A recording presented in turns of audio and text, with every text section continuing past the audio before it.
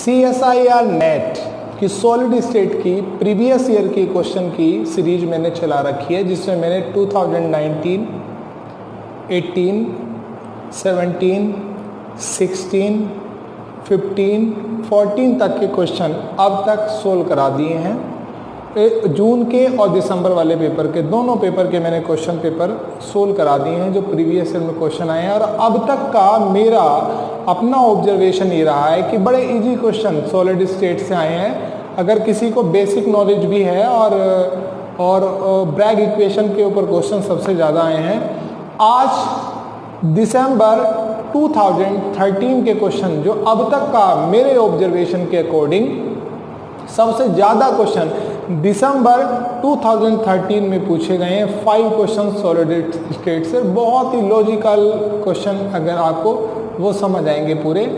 और जो solid state है 2011 तक के क्वेश्चन मैं कराऊंगा, उसके बाद में मैं ऑर्गेनोमेटलिक कंपाउंड की सीरीज को लेके जाऊंगा, क्योंकि दिसंबर 2013 में सबसे ज़्यादा क्वेश्चन पूछे गए हैं, तो थोड़ी वीडियो लंबी होने वाली है।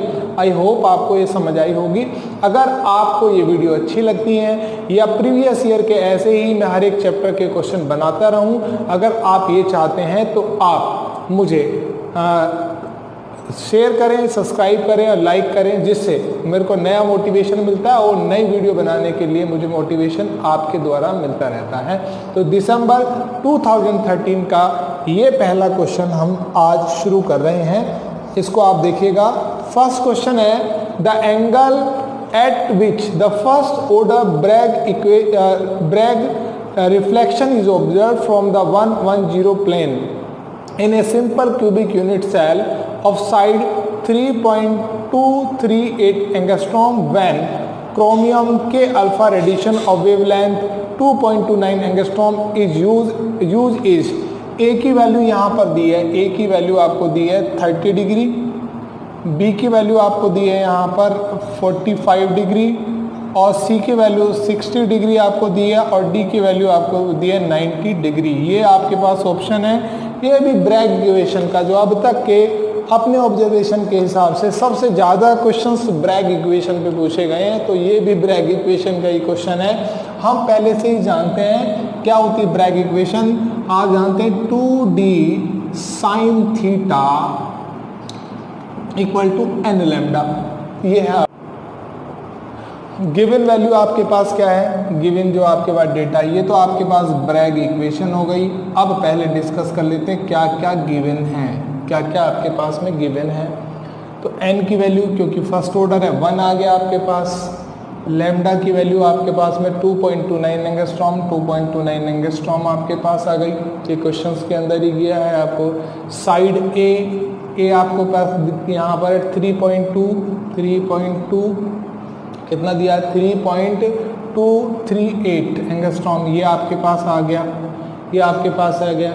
एच के एल यहाँ से पता चल जाएगा, एच के एल की वैल्यू 1,1,0 क्योंकि प्लेन में दी है। अब ये जो आपका फॉर्मूला है, ये फॉर्मूला हमने लगाना है, तो आपने क्या करना है, 2 यहाँ डी की वैल्यू आपके पास यहाँ से पहले ही आपके पास हो जाएगी a upon h square plus के स्क्वायर प्लस एल स्क्वायर, इसका रूट, ये डी की वैल्यू होगी sine theta equal to n lambda. यहाँ से एन लैम्डा आपके पास आ जाएगा। तो यहाँ से आप सीधा साइन थीटा यहाँ पर कैलकुलेट किया जा सकता है। साइन थीटा इक्वल टू आपके पास हो जाएगा N lambda root H square plus के square plus L square upon यहाँ पर आ जाएगा 2a। अब वैल्यू रख दीजिए, बस आपको कुछ नहीं करना, वैल्यू रखनी है आपके पास। n की वैल्यू 1 है, लैम्डा की वैल्यू हमें यहाँ पहले से गिवन है 2.29 एंगस्ट्रॉम और h के l की वैल्यू आपके पास हो गया रूट 1 का स्क्वायर प्लस 1 का स्क्वायर प्लस 0 का स्क्वायर अपॉन आपके पास 2 इंटू a की वैल्यू 3.238 एंगस्ट्रॉम, ये आपके पास वैल्यू आ गई। इसको सोल्व करेंगे तो आपके पास 1/2 और साइन थीटा की वैल्यू जो 1/2 किसके लिए होती है, 30 डिग्री के लिए। तो साइन थीटा आपके पास आ गया 30 डिग्री, कितना 30 डिग्री। तो option number first is a correct option. Option number first is a correct option आपके पास में बैठता है।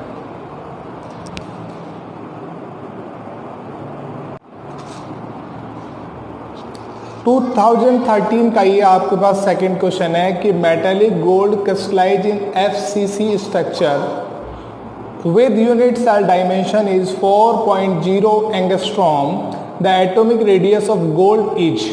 फर्स्ट ऑप्शन आपके पास गिवन है 0.866 एंगस्ट्रॉम, 1.14 एंगस्ट्रॉम, 1.732 एंगस्ट्रॉम और 2.00 एंगस्ट्रॉम। ये आपके पास ऑप्शन है।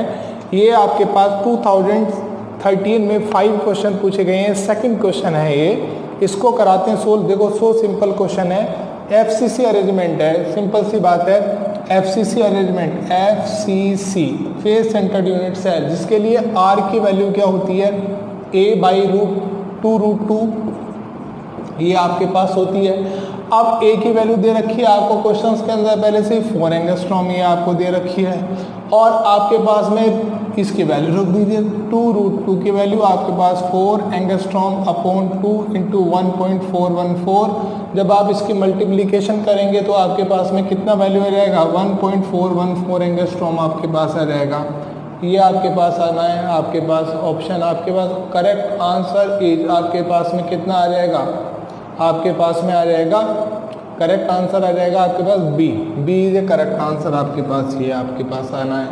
तो ये आपके पास में एक क्वेश्चन था जो आपके पास क्वेश्चन नंबर 2, और अब क्वेश्चन नंबर 3 को सोल्व करते हैं हम। क्वेश्चन नंबर 3 को सोल्व करते हैं।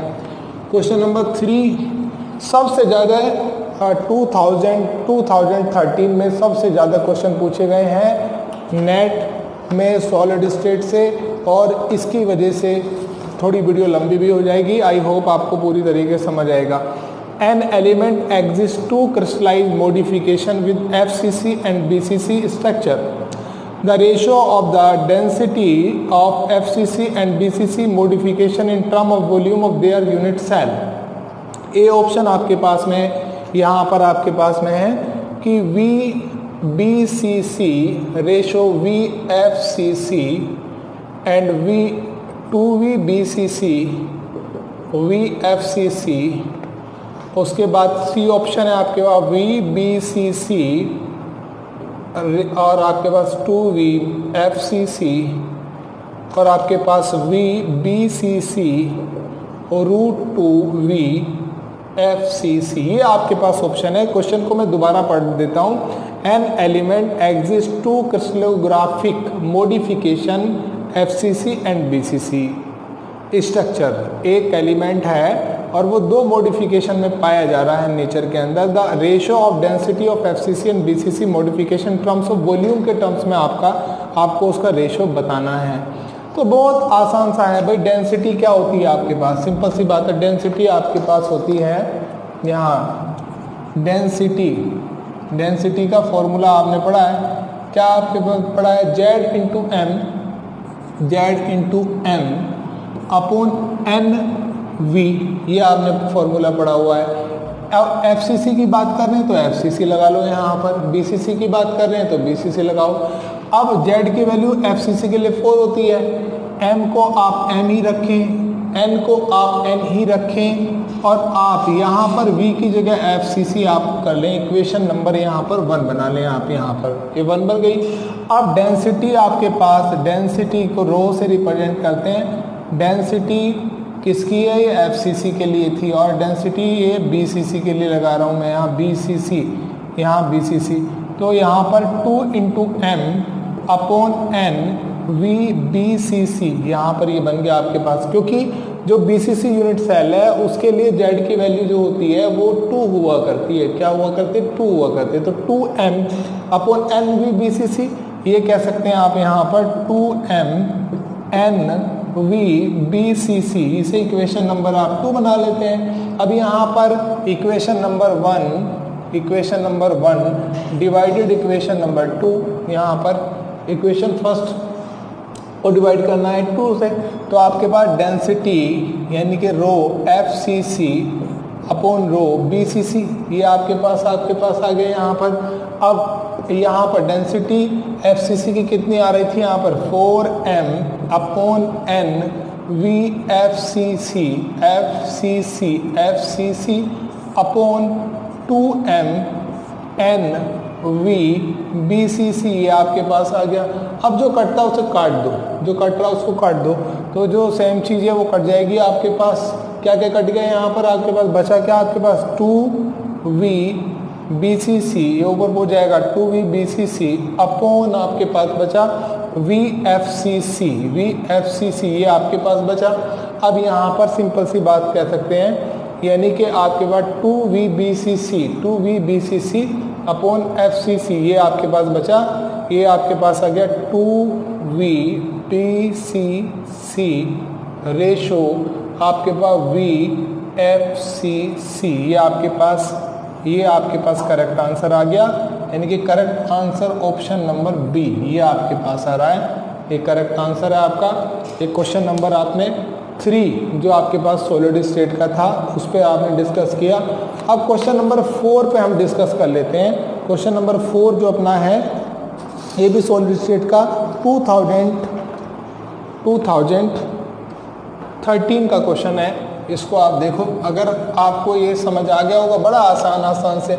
अब ये मत सोचो कि आप जैसे जैसे पुराने पेपर देखते जा रहे हैं तो वो कुछ चेंज आ रहा है। अब थोड़ा सा पैटर्न हल्का सा चेंज हुआ है और मुझे लग रहा है वो पूरी तरीके से आपको समझ में आ रहा होगा। अगर आपको समझ नहीं आ रहा है तो 2019 से लेकर के 11 तक के क्वेश्चन हम करेंगे इसमें और आपको समझ आ जाएगा। क्वेश्चन नंबर आपके पास में यहाँ पर 4th की बात कर रहे हैं कि 3rd क्वेश्चन था 4th। A compound of M and X atom has cubic unit cell, M atom at corner, the body centered position, the X atom has face centered position of the cube. The molecular formula of compound is MX.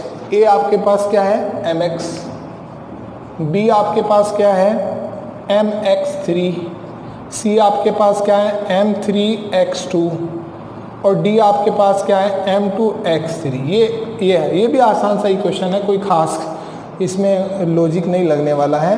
तो यहाँ देखो आप कि जो M है आपके पास, M के लिए सर दे रखिए कि M and X atom has cubic unit cell है, M atom are at corner, और जो कॉर्नर पे एटम पाया जाता है उसके लिए होता है 1/8 और कॉर्नर कितने होते हैं 8।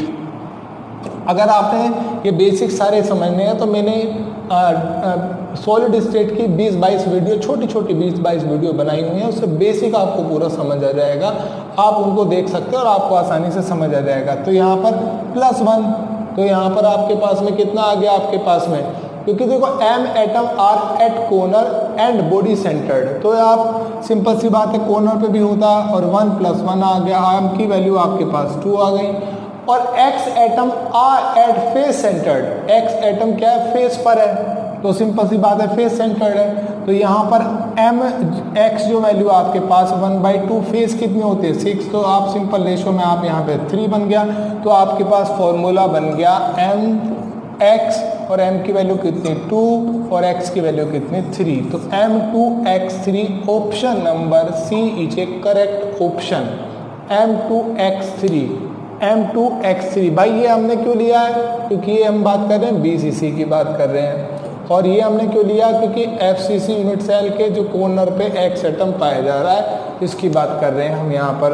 अब आपके पास में इसका लास्ट क्वेश्चन हम ले रहे हैं यहाँ पर 2013 का लास्ट क्वेश्चन है कि when Frenkel defect are created into otherwise perfect ionic crystal. देखो परफेक्ट आइडियल क्रिस्टल क्या होता है आपके पास में, जिसके अंदर जितने कैटायन और एनायन होते हैं वो मौजूद होने चाहिए। अगर हमारे पास 100 कैटायन है तो हमारे पास 100 एनायन है, वो होने चाहिए आपके पास में।